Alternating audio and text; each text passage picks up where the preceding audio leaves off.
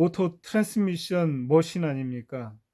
하나의 최고 작은 단위의 엄청난 복잡함으로 이루어진 기계 아닙니까? 그 기계가 하나가 쌓이고 둘이 쌓이고 넷이 쌓이고 8개가 쌓이고 일적십거 10번 반복 복제된다는 얘기가 아니고요. 이것이 반복해서 하나의 거대한 완성체를 이룬다는 의미지요.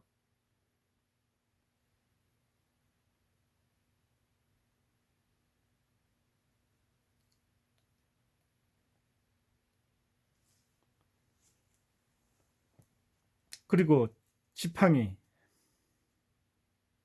옛날에는 우리는 지금이 지적이다 뛰어나다고 하지만은 옛날에는 옛날이 당연히 훨씬 지적이었습니다. 그거는 명백합니다. 그거를 거부할 수는 없어요. 옛날에 저기 뭐 그 과학 역사 진화 다큐멘터리 하면서 옛날을 전부 다 우스꽝스럽게 좀 후지게 만들어 놓죠. 그게 우린 뇌에 너무나 모든 인류의 그 뇌에 너무나 그런 영상들이 깊게 박혀 있어요. 진화에 너무나 곳곳이 뿌리 깊게 박혀 있습니다. 그 진화의 그 핀을 다 뽑아버려야 되는데 그 뿌리 깊게 박혀 있어요.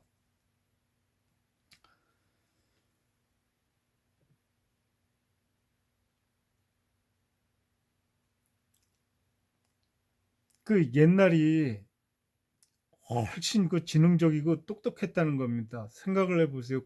900년, 1000년씩 살았습니다. 거의 뭐 능구름이 여우가 뭐 100년 묵은 여우라고 그러나요?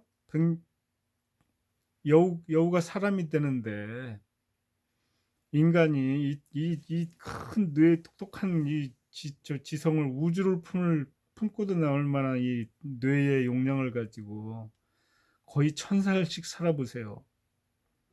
그래서 옛날엔 성인들이 그렇게 많았던 이유가 그 노아 아담 때부터 해가지고 그 수많은 그 저기 인생의 철학들 하나님께서 받은 그 삶의 지혜 플러스 스스로 터득한 그 수많은 삶의 지식들이 1000년을 묵어서 전수해서 내려왔는데 노아, 함, 셈, 야벳에게 그러한 내용들이 몇백 년씩 살았는데 걔네도 그런 것들이 전수 안 돼 있겠습니까? 그런 사람들이 결국 새 세상을 다시 노아 홍수 이후에 새 세상을 펼치는 과정 중에 불과 몇 세대 후에 그런 철학적 성인들이 그 줄기를 잘 타고 나온 그 피 속에서 생겨나는 거죠. 그래서 옛날엔 성인들이 더 많았고요. 당연히 성인들이 더 많았고 철학도 더 뛰어났습니다.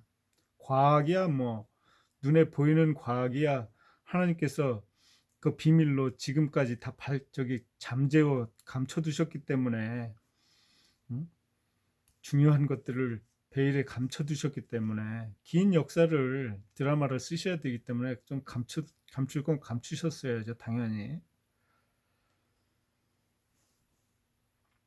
그리고 성인들은 한결같이 다 지팡이를 다 가지고 있습니다. 예수님께서도 나이가 30 간 넘으셨는데 지팡이를 계속 짚고 다녀요. 성인에 대한 이 지팡이는 성인에 대한 어떤 굉장한 그 메시지와 어떤 상징성이 있는 것처럼 보여집니다. 지팡이는. 그래서 한문에도 환웅, 환자, 환인, 환자, 단군, 단자, 그리고 아담의 과 하와를 나타내는 그런 그 한자들 다 나무가 들어있는데, 그 환과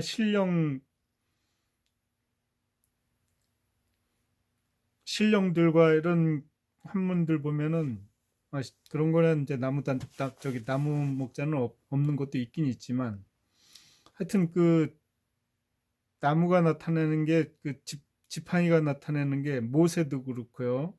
굉장한 그 철학적 비밀이 있습니다. 거기.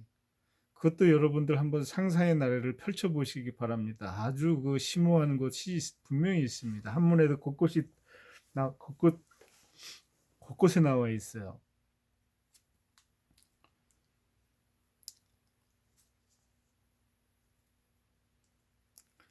그 옛날이 지능이 더 많다는 것, 이런 것들을 꼭 옛날 사람을 지금 데리고 와서 그 보여줘야 하나요? 이런 그냥 우리 눈에 느껴지는, 하나님께 다 보이게 해놨다고 그러셨는데 왜 그 말을 안 믿는 거야? 다 보이시게 해놨다는데 옛날을 자꾸 더 후지게 만들어 갑니다. 그건 뭔 신봉가요? 도대체 믿으려 하지 않고. 그래서 옛날에 저기 있던 그 생태 그 식물이나 동물들은 옛날 그 자체로 완벽한 자체로 살았던 것들이고 상황에 따라서 없어진 것들이고요. 하나님의 뜻에 따라서. 그리고 사람으로 따지면 당연히 옛날이 더 저기 지성적이고 똑똑하고 당연히 그랬을 거라고 봅니다. 아름다움은 그건 아닐 수도 있는 것 같아요. 왜냐하면 유전자 그 조합 법칙에 따르면 딱 중성으로 다 잠복하게끔 만들어 놔야 그것이 펼쳐지면서 각각 이게 그 자기의 색깔을 찾아가는 형태로 그 교배가 이루어지더라고요. 그런 거 보면은 머리 색깔이니 뭐 피부 색깔이니 그렇죠. 그런 것들 유전학 대충 보면 그렇습니다. 그 오리지널 처음에 만들 때 다 복합성을 띄워놔야 그게 나중에 펼쳐지면서 그 각각 그 다양성을 발현하게끔 그렇게 돼 있더라고요. 그 발현성의 끝에서 가면 끝과 끝은 교배가 되지 않아요. 더 이상 발현이 안 되더라고. 참 신비함이 있습니다. 자, 그리고 우리나라가 또 성경 말씀과 관계된 게 예수님이 당연히 그 샤론의 장미죠. 무궁화. 우리나라가 무궁화 꽃으로 삼천리 강산의 우리나라 꽃 무궁화가 그냥 태극 우리나라 국기에도 쫙 깔아놨습니다. 예수님, 하나님의 상징성을 이 나라에 쫙 깔아놓은 나라는 이 지구에 우리나라밖에 없어요. 예수님이 성경에 그쵸? 이스라엘 역사에서 나오는 세계 모든 사람을 지금 휘몰아 치시는 분이 예수님 아닙니까? 하나님. 그분이 왜 무궁화 꽃이 그분이 왜 우리나라 국화예요.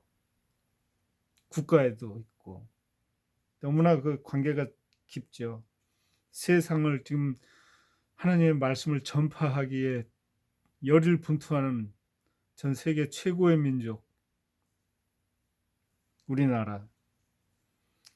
태극 국기에 하나님의 그 우주 창조의 비밀과 사람 그 정신세계의 원리까지, 그러니까 형이상학, 형이하학, 형이상학을 전부 다 설명해낸 하나의 부족과 같은 굉장한 그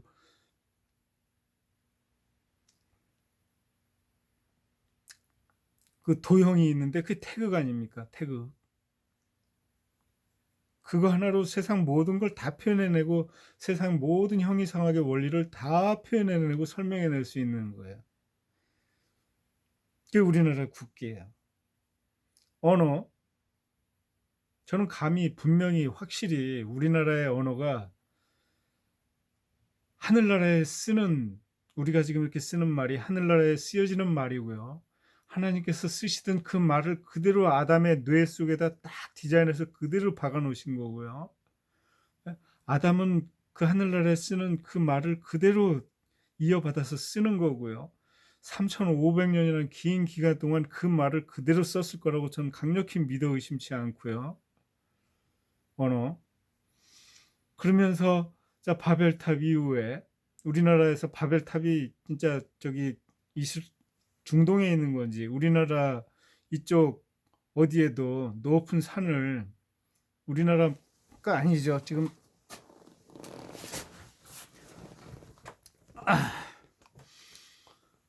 저 중앙아시아 쪽에 그쪽 우리 배달의 민족이 시작되어 갖고 살았던 곳, 천산이 있는 곳, 알타이 산맥이 있는 곳,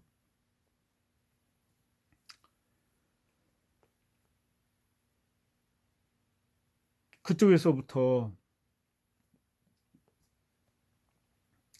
500년 후에 뭔가 500년 전에 그 홍수 이후 500년 후에 뭔가를 하나님께 그 반하는 뭐가 사건이 있었겠죠.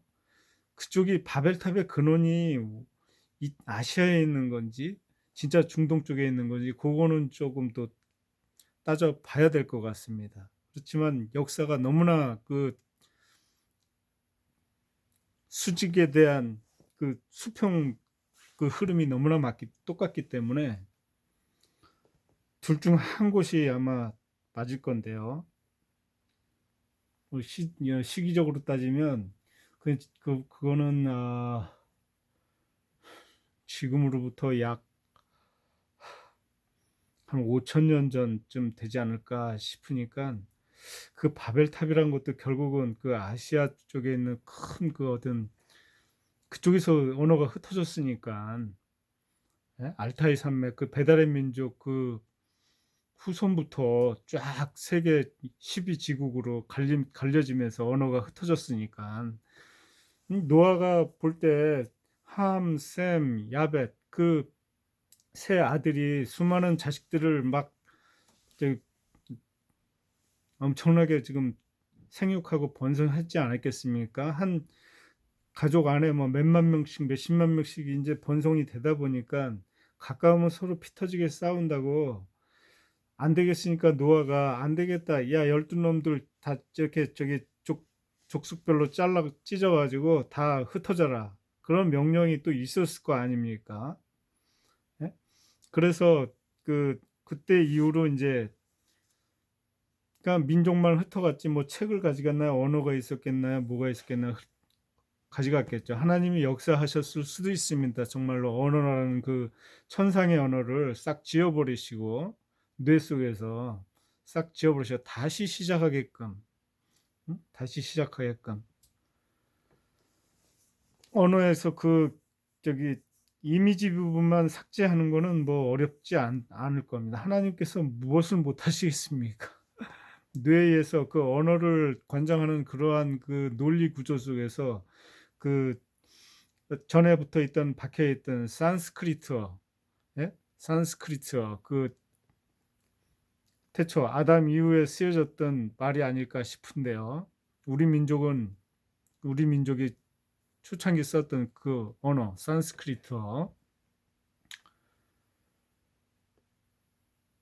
그 언어에 대한 이미지는 그냥 뇌에서 사람들 뇌에서 12민족을 흩으실 때 하나님께서 직접 역사하셔서 메모리를 그 소거시키셨을 수도 있을 것 같아요. 그러면서 새로운 언어는 금방 나타나죠. 그 12지국의 대장들은 다 하나님의 그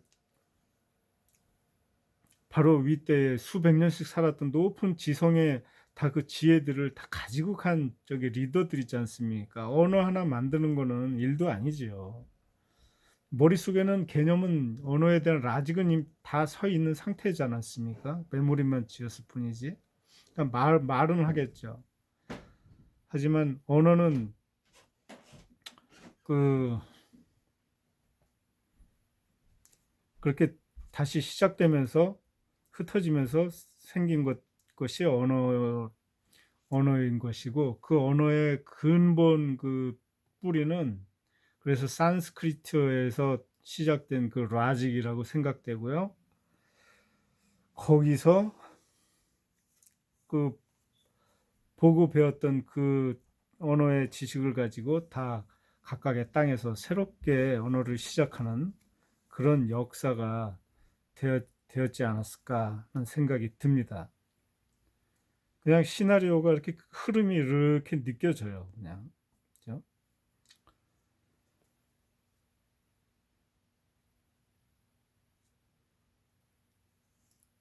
하늘을 숭배했고,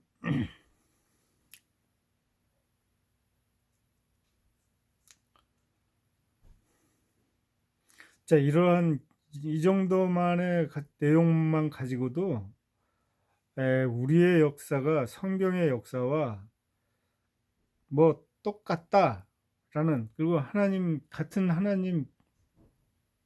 하나님이다라는 분명한 그 증거죠. 무슨 증거가 더 필요합니까? 무슨 물질적으로 증거를 더 보여줘야 돼요? 이 세상에 제일 강력한 게 말의 힘인데, 하나님 말씀으로 다 저기 창조하시고 주관하시고 다 하시는데, 이 그 진실이 담겨 있는 말보다 더 중요한 증거가 또 어디 있습니까? 그렇지만 중요한 그 증거에 대한 그 추적은 지금 고고학적인 유물로 엄청나게 발견이 되고 있습니다.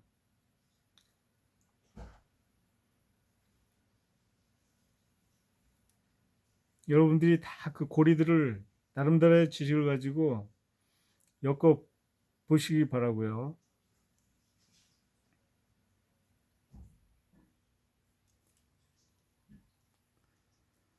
자, 성경 말씀에 세계 그 모든 나라를 다스릴 때 열방이라고 하죠. 열 군데의 방향을 다 지칭하는 건데, 그죠? 세계 모든 나라를 일컬어서 열방이라고 그럽니다. 여기서도 알 수 있듯이 그 10이라는 것은 하나의 그 어떤 완성체를 이야기하는 거예요. 열방. 자, 이 세계 모든 이 열방의 언어가 어디서부터 시작됐습니까? 흐름이 보이죠. 우리나라의 그 아담이 썼던 그 말에, 또 그때 쓰였던 산스크리트어 랭귀지의 언어에, 그거의 첫 시작의 흐름으로 인해서 쭉 민족과 언어가 전 세계로 쫙 흩뿌려진 것, 그 역사, 그것은 다 그 뿌리를 다 잃어버렸죠. 세계 열방의 뿌리를 당연히 찾아야죠. 이제는 뭐 찾아지는 그런,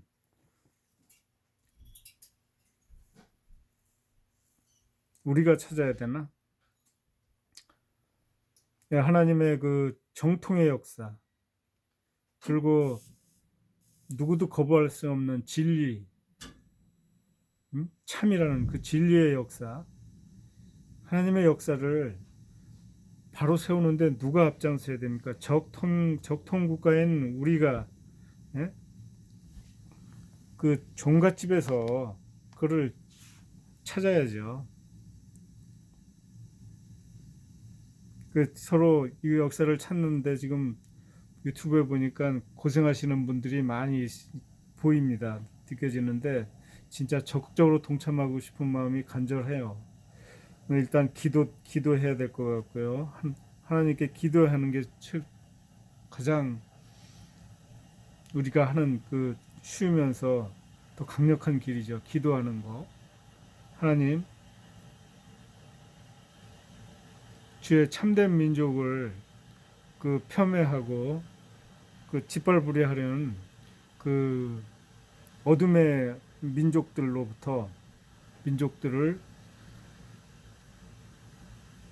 주의 18원 칼로 다 없이 하여 주시옵소서. 뭐 그런 기도를 하더라도 기도를 해야 될 것 같습니다.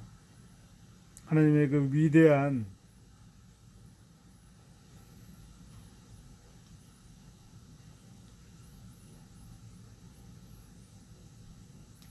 성경 말씀에, 성경의 그 위대한 그것이 곧 우리의 역사지 않습니까? 그 정통 하나님의 그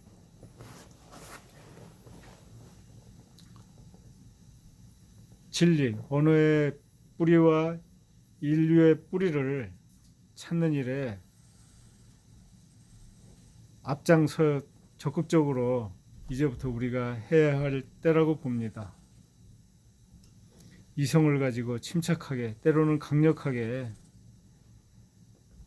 해야 되는데 우리는 항상 위기 속에서 잘 뭉치는 기질이 있기 때문에 지혜가 넘치 지혜로 지혜가 있고요. 우리 민족은 제가 그 주관의 껍데기를 좀 벗겨갖고 객관적으로 이렇게 봐도 참 그 하나님의 그 좋아하시는 성품이 그대로 나타낸 민족성이 굉장히 많이 보여요. 잘 해낼 것 같습니다. 지금 결국은 우리 뒤에는 하나님께서 계시기 때문에 저는 뭐 크게 걱정하지는 않지만